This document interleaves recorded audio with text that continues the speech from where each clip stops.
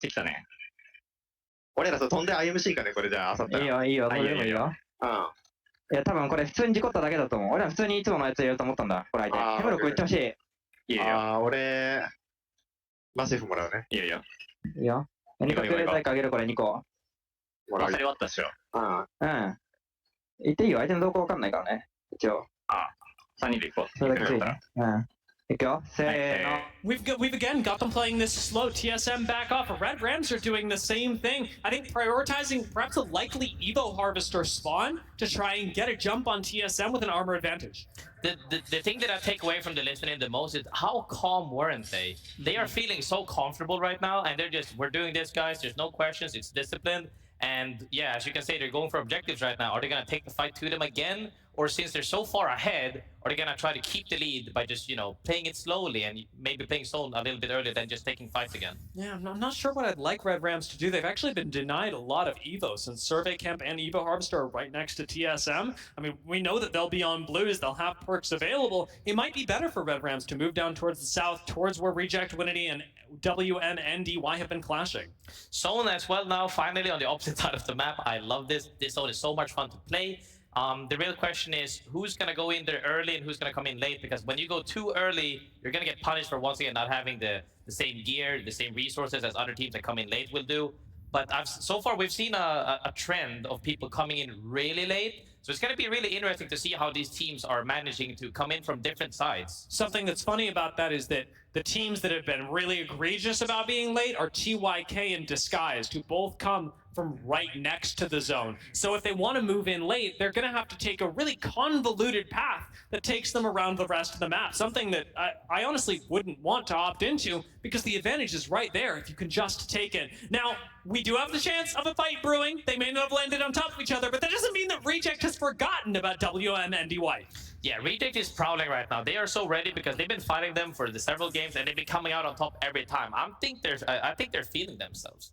And speaking of, you know, feeling themselves, they're already, you know, holding hands, taking space, and they're looking to see if they can make anything happen. But as you said, fights doesn't always happen. Sometimes it's a little bit slow and you just have to, you know, loot a little bit more. And as you loot more, we'll take a look around the other side of the map as people are looting up. I'll be real with you. TSM not being on blues, kind of a red flag there. I don't think they felt confident enough to hit the survey beacon. That's denied them the last 100 Evo. Red Rams, because of that, have gotten to move on up. Reject Winity, after hitting the scan, have a bit of information. Don't have a great swing onto this, however, and frag causes a problem for Obley.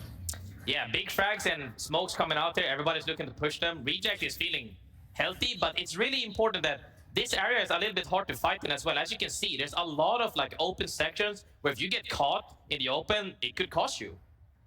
Omit and E8 fighting, and that's with a whole other team waiting in the wings. Omit are down to just one as Blasts escapes for now. But this is not where I'd want to put a Caustic. Even if it's dead center of zone, even if you've got all the time in the world to set up, a solo Caustic simply cannot do a lot. This is one of the things that I have a hard time, you know, I talk to the developers a lot, and I feel like when you don't have a support character and you can't get your teammates back in, it's a little bit frustrating. But that's one of the costs you have for, you know, taking fights too early and fighting for these power spots when you're not really geared enough to take them and win them consistently.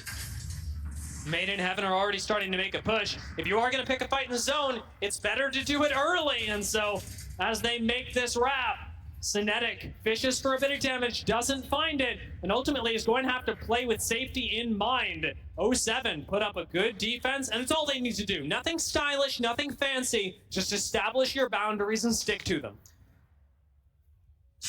Establishing your boundaries indeed, Reject, and this fight is still going on right here on top of the mountain where the first game ended. They are trading and they are just resetting on repeat. We'll have to see if they can close out this fight, because any longer than this, and they're going to be so late that they're going to be running into the teams that are really doing negative rotates on edge, and they don't want to run into the likes of Aurora, Disguise, etc. After the Radiant transfer, I think it's a nice move that they go make sure that nobody's sitting in the immediate area, as WMNDY, we've got confirmed, have started to disengage, and then go back for the res on Obley. Super safe play from them, and ultimately, they can start moving on in along with the rest of the zone. It does mean that Reject are going to be playing a very different style as they'll be going from the edge. Red Rams as well, perhaps suffering as up against North Eption. They have been caught in a way we've yet to see.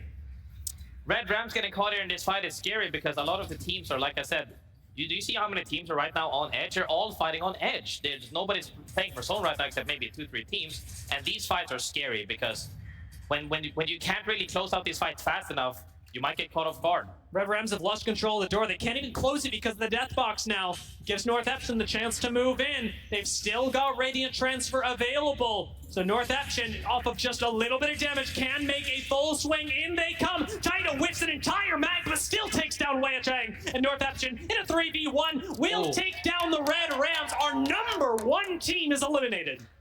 That swing is perfect execution because they had no scan, they smoke off a side, and they triple swing. Easy cleanup. Going in for an easy cleanup, Cloud9 just got full swoop by Furia, and we didn't get to see the full extension of that, but I'm sure with Madness going down as well, they probably did some good team execution right there. Interesting that Madness is the one to fall as well. IGL also playing in a very aggro role. We saw Hardeki doing it as well earlier, and a lot of IGLs do like to take risks in that way, just because they at least feel that they know the extent of what their team can accomplish. The reason why IGLs likes to be at the front is because that split second it takes to make a decision. Like if I have to tell you to push, that's a lag right there for my team is to listen and to execute. Whereas if I'm just pushing immediately and they can just physically see without me needing to comment, that makes it a lot faster and things happen the way you want it to happen. If I tell you to swing right, you could swing wide right, you could swing close right, maybe you just swing out in the open. It's not exact, but you have to be, as an IGL, you want everything to be perfectly the exact way you are imagining it. I do want to touch on this strat because it's a real weird one. Aurora are giga split right now. That's not Impulse as a solo. Impulse just happens to be alone right now while the rest of the team is at mill. He's going around collecting Evo Harvesters while the rest of the squad is sitting, waiting for maybe crafting him in mill. Or Impulse does run into a squad. That is a real quick knock on him, but I dare say Graceful, it was probably worth it. He's got a lot of Evo Harvesters on the way to the Echo HQ. It is true, they have a support, they could just spawn in them. They probably got several values out of Harvesters, but it's weird. It's a risky thing to do, but do you know what I said yesterday? If you do risky things, you get rewarded. And if they come out with red armors instead of potentially blue and purple, that's gonna give them still that team morale needed. But I'm gonna say that's very big risk to be taken. It's a weird play. Like I just don't see it as that big of a risk. It's just strange. Because Aurora, they actually spawned with a ring console at Cenote, so I think they can tell, well, nobody's gonna come up towards us. The ring is clearly going north. We're just gonna do some interesting stuff. They get a benefit out of it. Well, they'll get their teammate back. Furia, meanwhile, playing a totally different game, a very normal, very clean game of Apex Legends is what we're back on board with. And their rotation, well, perhaps not the simplest, does give them a nice bit of safety in these buildings. Yeah, seeing this zone pull towards Cascade Falls as well is really interesting. And I love to see these, macros as people are figuring out where the zone is leading. And as we see, evac almost going wrong. As we can see as well, people are starting to move in closer towards Cascades and other playable areas where they think the zone might be ending. And as we see this happening, that same choke point we were talking about last game is going to happen again, where teams are getting held out. It's a slow move from FNATIC. They're playing out of a spot with pretty low prio. We have seen some zones fall here. This one's looking a bit unlikely. But with FNATIC sat in this central position, they can punish teams that are like Furia, rotating from the south, that may not have an evac tower or a plan when it comes to where they're landing. So a play for KP from FNATIC, while TSM, certainly a play for placement. Slow side, no engagements. TSM are making the most use of the spot they spawned in and avoiding fights because you don't want to drop another 0-point game.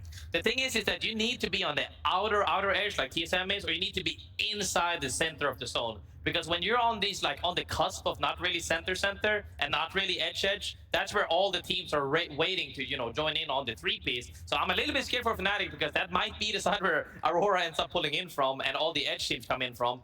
But I think people haven't really navigated where exactly it's ending just yet. So we might not see action just now until a little bit later. Aurora, this time now rotating as all three pick up the next Evo, get to Reds, take out one member of WMNDY. This is a great game from Aurora. It's a weird game still, but it's a great game.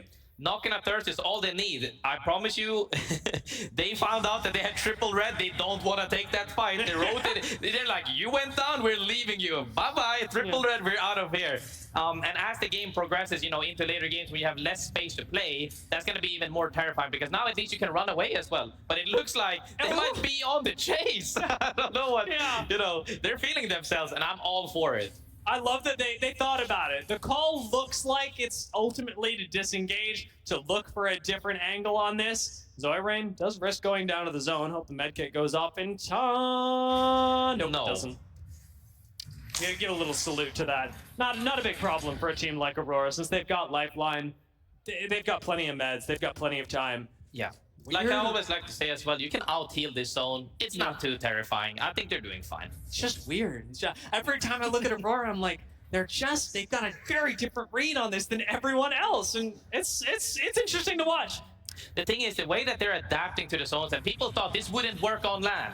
They are making it work on land. Speaking on working on land, teams are still doing the same old, fighting for buildings, taking over power spot. But it's not working for everybody because everybody's still trying to navigate. The one thing that's consistent about Aurora is they play the same way in every single lobby. Other teams are navigating between contests, between macro, but this is super consistent for them and it's working out. We can actually take TYK as an example, who are sat in deep Cascade after playing Edge for 2 games in a row because they're switching things up. They're getting punished a bit, having already lost one. TSM with their first real chance at playing the game. We're going to watch both WMNDY and 07 go down, but they've got a fight in front of them, a fight up against Legends Gaming on their way to the ring. Yeah, TSM needing a big game is nonetheless... Oh, speaking of big game, Geared Gaming, who had a big game, is caught in a fight in the house. Looking to swing, and it's a 2-for-2. Double trade, and they clean up the fight. However, they're fighting on a location where there's several teams nearby. They're going to get thirsted, probably, and he's going to be a rat running out of the fight. Second time I've seen that this tournament, where Panic clutches a fight for Geared, looks really good, and they have to disengage because of a third party. There's a reason this team is playing so heavily into zone, and it's, to me, because they're not sure about how to navigate fights and avoid third parties at the same time. The timing windows are a bit off, and it's much better when they're deep in zone because now they're just a solo. That's what I'm saying. It's all about adapting. Sometimes, the fights end up working. You don't get punished. Sometimes you don't even start to, shoot the first bullet. You're getting third-partied. Sometimes the fight just gets taken to you, and you can't really adapt. However, the most important part is getting those 3 kills will help them in the long run. Legends are moving in right alongside TSM. We know these squads were mirroring each other earlier, so Legend know that this is the team that was just behind them. I think that's a crack on armor.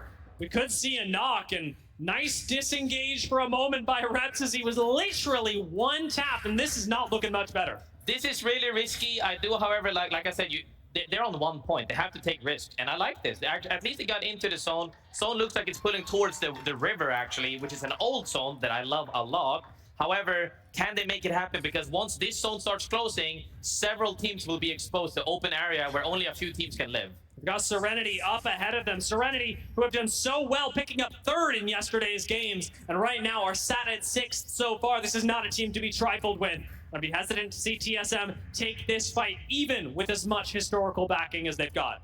Seeing TSM being, playing on the heels essentially as Serenity is looking to engage on them is a little bit scary because, they're just trying to tuck the wall, and they're praying that somebody's shooting at them while they're playing on the balcony. But will it happen? Who knows? As more teams are moving into the zone, probability is high. Aurora showing a lot of presence here. Nicely done. Since they don't have a Watson to just fence up the roof, they do have to make sure that as people evac in, and people will be evacing in, that you're aware a squad is there, and not a good chance to land on the roof. Furia playing off the roof, at least Keon is, as they play a defense around the edge of zone, have just a few seconds to pull off this res and then move in. As Elevate go down, we'll see if Furia survive the rotation. Yeah, big fight on the edge, like I said, but even if you clean up the fight fast and you get to reset, the zone is still moving again. Yep. And there's too many teams on the edge right now, so they're going to get gate kept by maybe 2-3 teams looking at them walking in, and I'm hoping that they can, wiggle their way in, but it's going to be a tough bet, especially with, even seeing the rack on the map could have hindered them. Even one person being taken down by a rat, we've seen it in endgame scenarios, can ruin your game The same thing can be said for one like this, where the zone will take care of the thirst for you. Geared Gaming look like they're letting this pass by. Legend starting to move into the ring as well. Everyone huddled up, however, on the western side of Cascade is going to make this so difficult for not just the rest, but Fury as well. TSM take a big chunk, running low on meds at this point in the game. Trades are happening elsewhere. Geared Gaming go down, so do Liquid Alien, where Legends follow immediately. That's the rat from before, and we're down as Northampton fall to 9. Yeah, seeing TSM make this wrap this early, and as you can see their resource, they're on triple blue. They can't really do anything because they're getting shot at by like the entire lobby, and now eventually getting pushed from the front as well. And the back, Fury wrap on them. This is a pain sandwich for TSM. FNATIC and Serenity below, Furia above. TSM go down, 8 squads left. Yeah, 8 squads left indeed. Like I said, a lot of teams are going to be dying this zone closing, as we can see in the kill feed. There's not that much playable area anymore. We went from having several buildings and trenches to be able to play an LOS from. Now it's only like the river, the mountain, and maybe a building for the moment. Once this circle starts closing, however, more teams will have to fight each other. As we see, several teams are actually playing in the same building. Will they get 4th-parted, 5th-parted? Who knows at this point? Oh my lord, Furia into the meat grinder, go reject Wendy. That's our team that was just in first place, wiped out in a second. Yeah, however, we say they got wiped out early. Top 8 ain't too bad. We didn't see their kills. Still maybe might be a solid game. Aurora, once again, in the power spot by where the zone is ending. We'll have to see if they can close out this game or not. Other teams will have to fight for market, which is really scary with so many different angles that you can get shot from. It's crazy that FNATIC just made the move down the hill and survived it. Didn't even break shields, I think, on the majority of their members. Now they're rotating to the next zone. Is real complicated. They'll be going up against teams like TYK and Boogie Borders that are exiting from the exact same building. The thing is that they're looking to kill teams that are walking in with the zone right now, but there's 3 teams in this building, not counting the other southern end as well. It's gonna be mayhem coming up shortly. I'm 50-50. I like what FNATIC is doing, challenging Furia for space, but this could still go really wrong for them. I mean, they're in the middle of smokes. They can't see. And unfortunately, Satsuki having fallen means that playing around these garden plots is near impossible. They might have went down, but could they reset? Who knows? Like I said, when the zone is closing, everybody's focusing on each other, but they look like they got sent as well. Still fighting in the kill feed.